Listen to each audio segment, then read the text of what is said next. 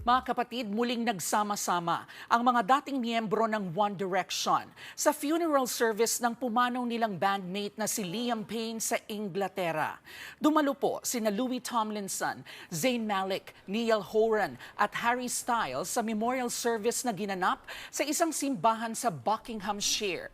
Naroon din po sina Simon Cowell na judge sa talent show kung saan nabuo ang One Direction at ang ex-girlfriend ni Liam na nanay rin ng anak nilang si Bear na si Cheryl Cole. Nakiramay rin ang ilang mga fans sa paligid ng simbahan. Last October lang nang masawi si Liam matapos mahulog sa balkonahe ng isang hotel sa Argentina. Mga kapatid, ito po ang inyong K-Alaman Queen, Kalad Karen. Always remember na ang K-Alaman ay K-Yamanan. Kaya para sa latest showbiz news at dagdag impormasyon, mag-follow at mag-subscribe sa social media pages ng News 5. Okay?